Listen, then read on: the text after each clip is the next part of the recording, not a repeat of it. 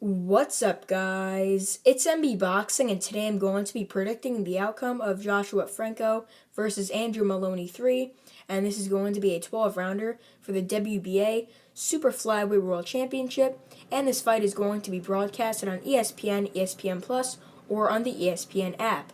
And to get into both fighters' resumes, Joshua Franco, fighting out of the United States, holds a record of 17 wins, 1 defeat and 2 draws, with 8 wins coming by way of knockout. He's currently ranked number 11 by BoxRec in the Super Flyweight division. And to first of all list his no contest and his 2 draws, his no contest came in his second fight against Andrew Moloney, and it should have been, in my opinion, a knockout victory for Moloney. And his 2 draws both came by split decision against Oscar Negrete. And to list his 1 lone defeat, it came by knockout to Lucas Fernandez.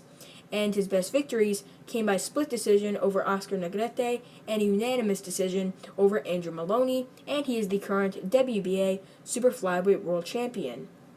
And to get into his opponent's resume, Andrew Moloney, fighting out of Australia, holds a record of 21 wins, 1 defeat with 14 wins coming by way of knockout. He's currently ranked number 13 by BoxRec in the Super Flyweight division. And to first of all list his loss in no contest, both of them came against Joshua Franco. The loss was by unanimous decision, and the no contest, as I mentioned before, should have been a knockout victory for Moloney.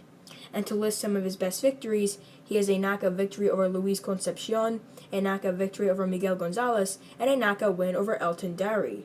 And he is the former WBA Super Flyweight World Champion.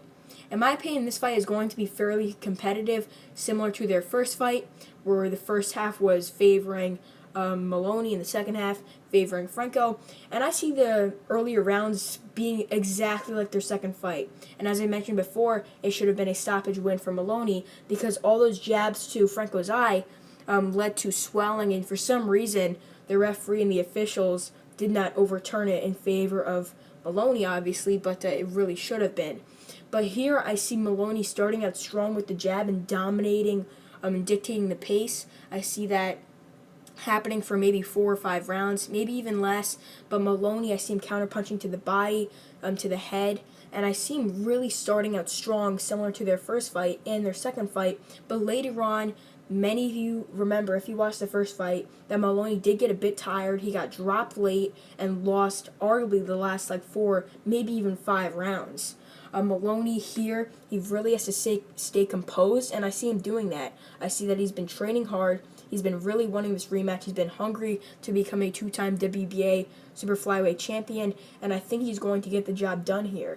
I believe him when I was predicting the second fight. I thought he was also going to win too, but here I'm really sure he's going to win because Franco didn't seem focused in that second fight, and lucky for him, the referee and the officials called it a no contest as opposed to a loss because it really should have been. He wasn't focused. He was just getting jabbed to the head, jabbed to the body, even jabbed to that right eye, I believe it was, that ended the fight. And I see the same happening, as I mentioned before early on. Moloney really needs to stick out that jab and really fight on the outside because Franco is going to be the one coming forward. And he does have a knockout loss, as I did mention before. So Moloney, if he's going to jab like that, who knows, he could beat Franco so badly with that jab that he could make Franco quit in his corner or something like that. But I don't really see that happening. That is a stretch. I think it goes the distance here. But Moloney, he really needs to work that jab just like the second fight, and he really needs to go upstairs and downstairs to confuse Franco and sort of miss his rhythm. And for Franco, he really needs to stay in the pocket, try and get in the inside, try and get Moloney on the ropes, and land body shots and headshots and really bombard him with shots that he can't really handle to confuse him, sort of. Because Moloney, he doesn't like to be hit that much. We saw that in their first fight. When he was getting hit with combinations, he went down to his knees and he touched the canvas, which resulted in the knockdown. So here, I think it goes the distance, as I mentioned before, and I see Andrew Moloney winning this fight, but I see the scorecards being fairly close.